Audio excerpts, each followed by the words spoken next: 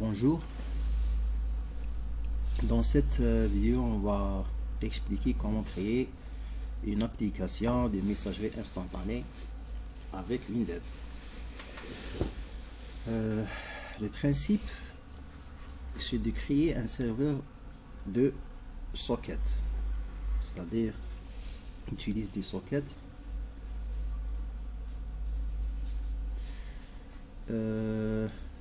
des applications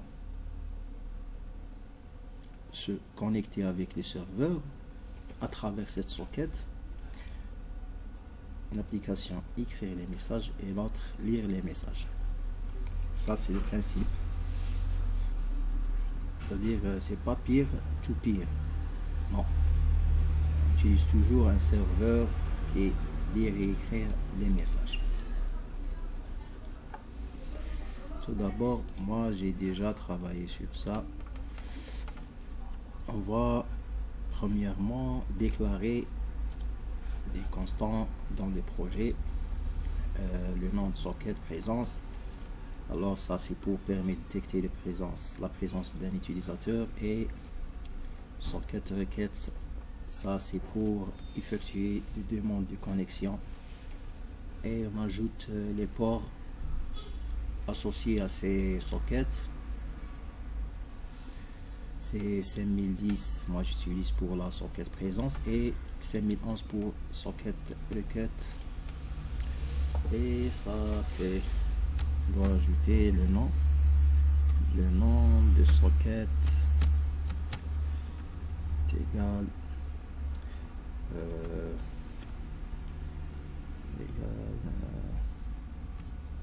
on va nommer socket.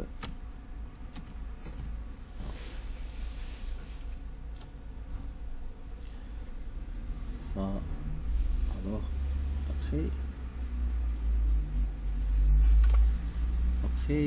la création des fenêtres, il faut créer 3 fenêtres. Bon, la fenêtre, ça c'est pour ajouter des contacts, créer une fenêtre pour ajouter des contacts, et une fenêtre pour écrire les messages et lire les messages, et une fenêtre principale, ça c'est pour détecter la présence des utilisateurs connectés, et pour ajouter ou modifier un contact, pour faire une connexion avec un contact, c'est de connecter avec le serveur. Après on va voir la fiche. Ça c'est pour ajouter des contacts. Cette fenêtre est reliée avec le fichier des données contact. Utilise les rubriques suivantes, c'est-à-dire le nom et le prénom, l'adresse email, login, l'adresse DNS. Ça c'est facultatif, mais on utilise l'adresse IP pour identifier l'utilisateur. Ces rubriques, on va le relier avec les champs de la fenêtre fiche, c'est-à-dire cette fenêtre. On ajoute 2 boutons pour ajouter les contacts avec la fonction hajoute, et ou bien modifier avec la fonction hmodif pour modifier un contact, et annuler, ça c'est pour fermer la fenêtre, ou bien pour fermer, pour la fermeture de la fenêtre. Si bon, et pour cela je vais vous montrer le code. Bon, ça c'est pour bon, ici pour récupérer le contenu de la fichier. Bon, s'il y a un contact déjà créé, alors on va faire écran, utilise la fonction écran vers fichier, on va afficher le contact. Ça c'est pour identifier l'adresse IP, ça c'est-à-dire c'est l'adresse IP reçoit vide, on lit l'adresse DNS, c'est les deux reçoit une valeur vide, alors affiche le message. Il est nécessaire d'indiquer une adresse IP ou bien une adresse DNS. Moi j'utilise l'adresse IP pour faciliter.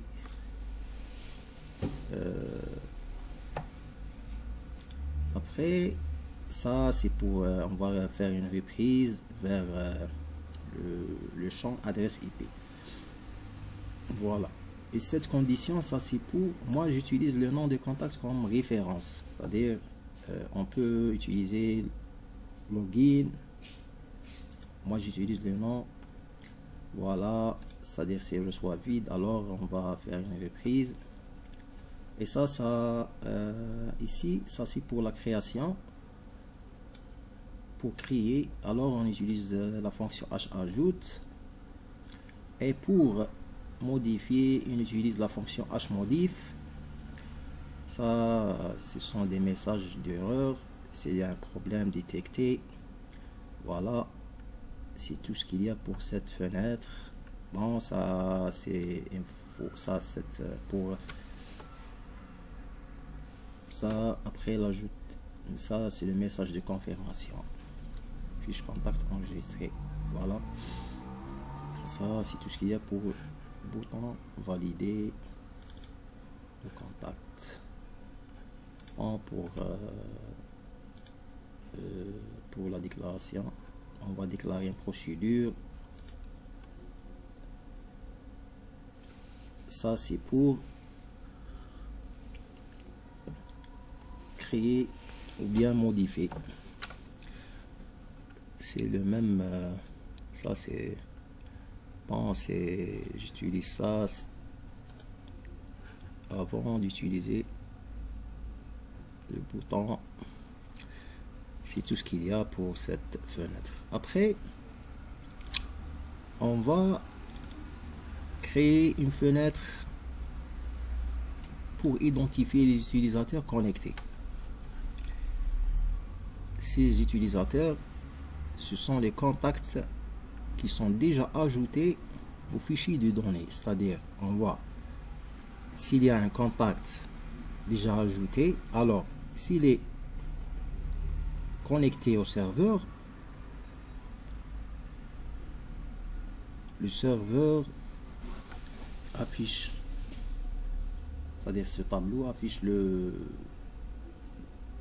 c'est-à-dire le contact qui est connecté avec le serveur. Voilà, cet bouton c'est pour modifier un contact, c'est-à-dire c'est pour la modification,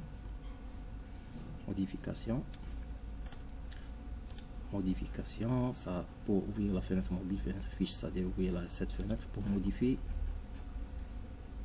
un contact déjà ajouté. Alors pour cette fenêtre, premièrement on va déclarer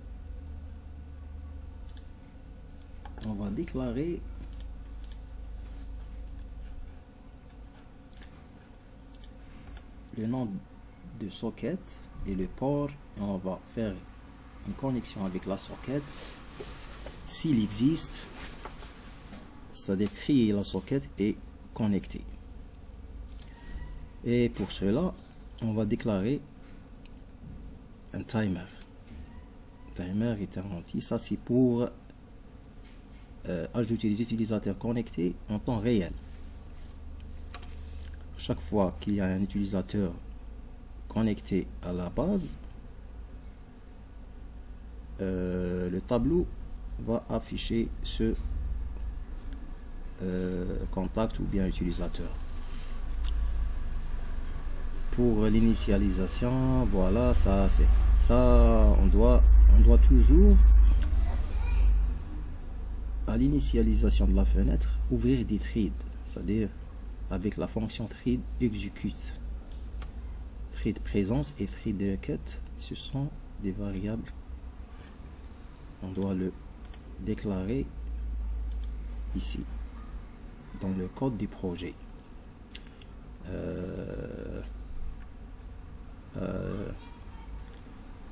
thread.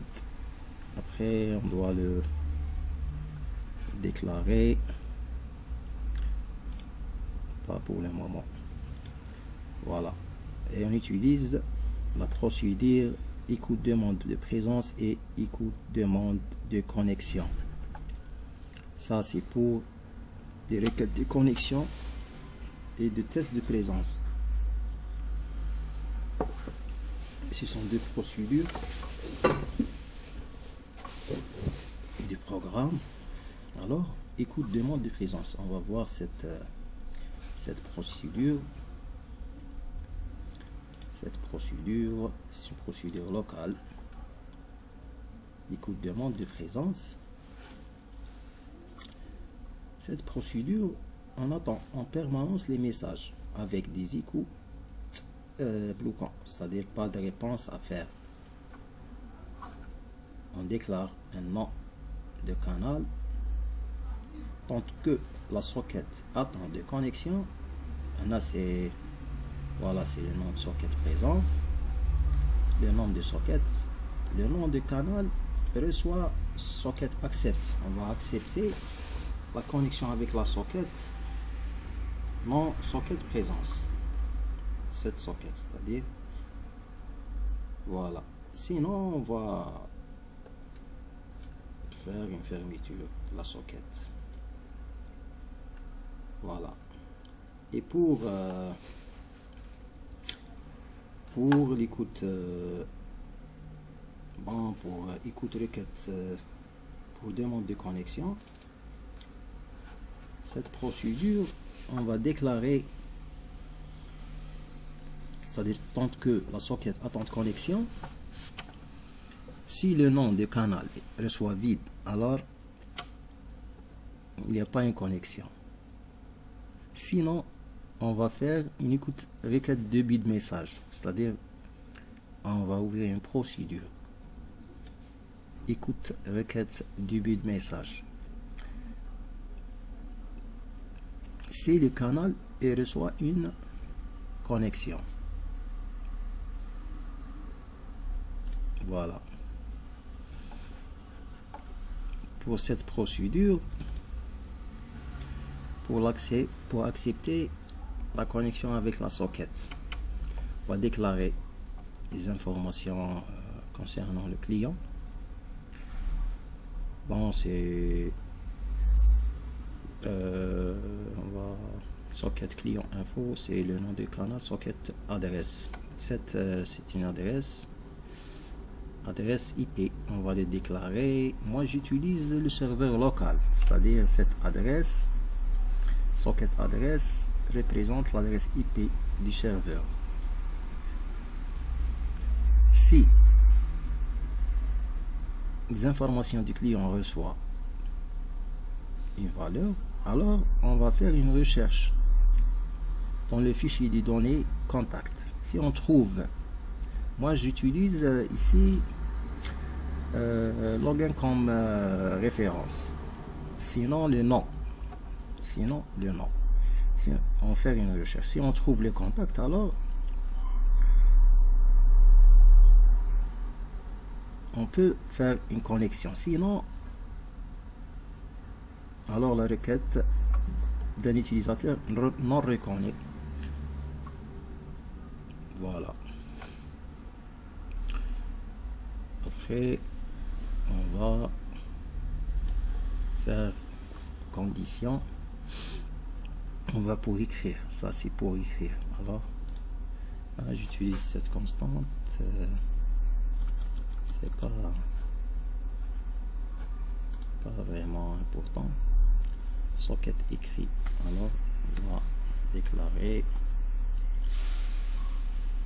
son espace, voilà. Le nombre des sockets, c'est-à-dire son espace. Ça c'est le nombre de canal. Voilà. Après c'est on va les déclarer, c'est déclarer la variable, cette variable est déterminée. Moi j'utilise on va les déclarer, c'est-à-dire pour confirmer le message.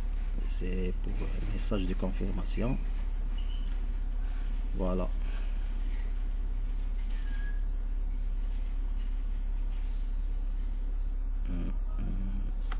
Procédure. Voilà. Voilà. C'est détecté, alors impossible de répondre à une requête d'un contact.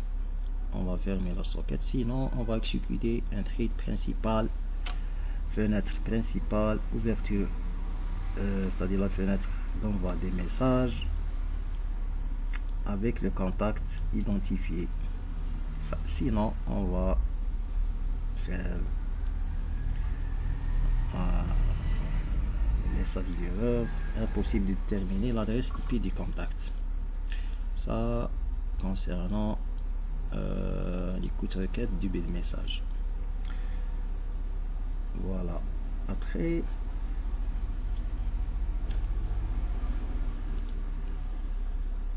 on va voir comment accepter un message envoyé, déjà envoyé à la socket. Et pour cela, je dois explorateur des projets. Bon, on va exécuter une procédure d'acceptation requête de bit message. J'ai déjà identifié l'ouverture. Bon, ça, cette procédure